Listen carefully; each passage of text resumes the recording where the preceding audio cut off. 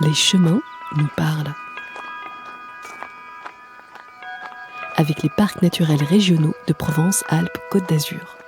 Oh Baoulé, Cachemire, venez là. Barbara Lapucha est éleveuse de brebis à la ferme de la Palue de Castellane, dans le parc naturel régional du Verdon.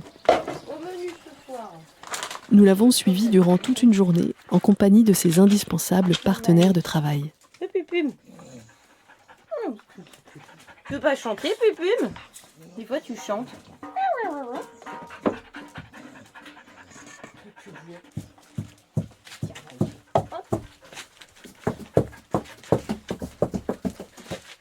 Alors, j'ai 3 chiens de conduite de race Border Collie et 3 chiens de protection de race Patou.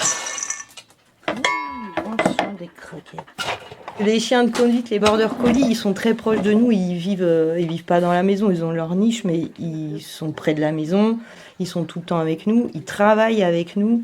C'est un peu nos partenaires de travail. Les patous, on doit d'ailleurs garder plus de distance avec eux parce qu'ils doivent rester avec les brebis. Leur boulot, c'est rester avec les brebis. Ils naissent aux brebis et ils meurent aux brebis.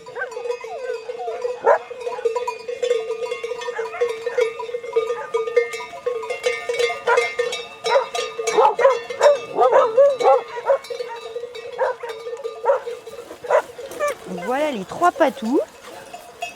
Donc là, nous avons Cerbère, le beau Cerbère, qui porte très très mal son nom, parce que c'est le plus gentil. Tu es gentil. Tu es gentil.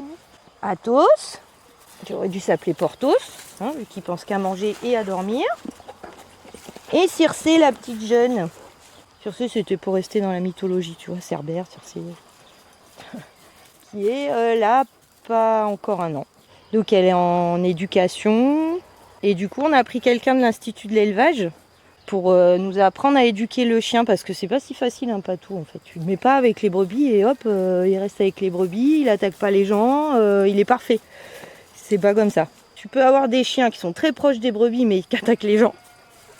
Ou des chiens qui adorent les gens, mais qui n'en ont rien à faire des brebis. Et nous, on a eu ce problème. C'est vrai que le chien ne restait pas aux brebis, il allait se promener partout. Je le retrouvais dans les jardins, manger des saucisses, tu vois, limite il se faisait un barbecue, tu vois. Et on n'a pas pu le garder, on l'a donné à une dame qui avait déjà des patous, mais elle, pour la compagnie. Et elle est un peu craintive avec l'homme, mais après elle est super avec les brebis, mais c'est un travail. Parce que si tu fais pas ce travail-là, tu peux avoir des gros problèmes, des problèmes tous les ans. Il y en a des touristes qui se font mordre par des patous, des kangals. Les kangals, c'est une autre race de chiens de protection. Et en fait, c'est des chiens qui protègent contre les attaques. Donc les attaques du loup, là, c'est essentiellement pour le loup, parce qu'il y a plusieurs meutes là autour de Castellane. Mais ça peut être des attaques de chiens errants, des voleurs de brebis. Je ne sais pas. Bon, en tout cas, là, c'est pour les loups. T'as déjà eu, il y a eu des loups? Ah oui, nous, il y en a tout autour là. Ils se sont fait attaquer tes brebis?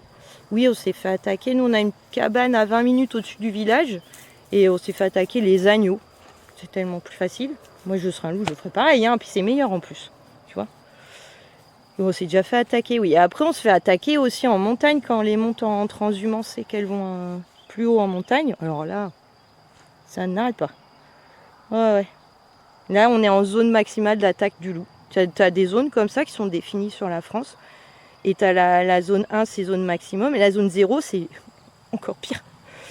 Tu vois, nous, on est en zone 0. Voilà, zone d'attaque. Donc, on a des patous. Mais franchement, même si j'aime beaucoup ces chiens qui sont vraiment adorables, mais on s'en passerait bien. Parce que c'est des problèmes de voisinage, parce qu'ils aboient, les gens ont peur. Même si les miens, ils ont jamais attaqué personne. Il y a des enfants qui rentrent dans le parc, ce qu'on leur a appris. Même les gens, ils ont peur. Donc ils passent en courant, le chien aboie, hop, ils appellent la gendarmerie. Le chien n'a rien fait, parce qu'ils ont peur. Je peux comprendre, c'est des gros chiens qui font 60 kilos. Donc tu vois, si on pouvait s'en passer, on s'en passerait. Bon, après, moi, je suis contente d'avoir mes patous. Ils sont tout gentils, tout doux. Mais tu vois, et puis ça mange beaucoup de croquettes. Hein. Oh là là.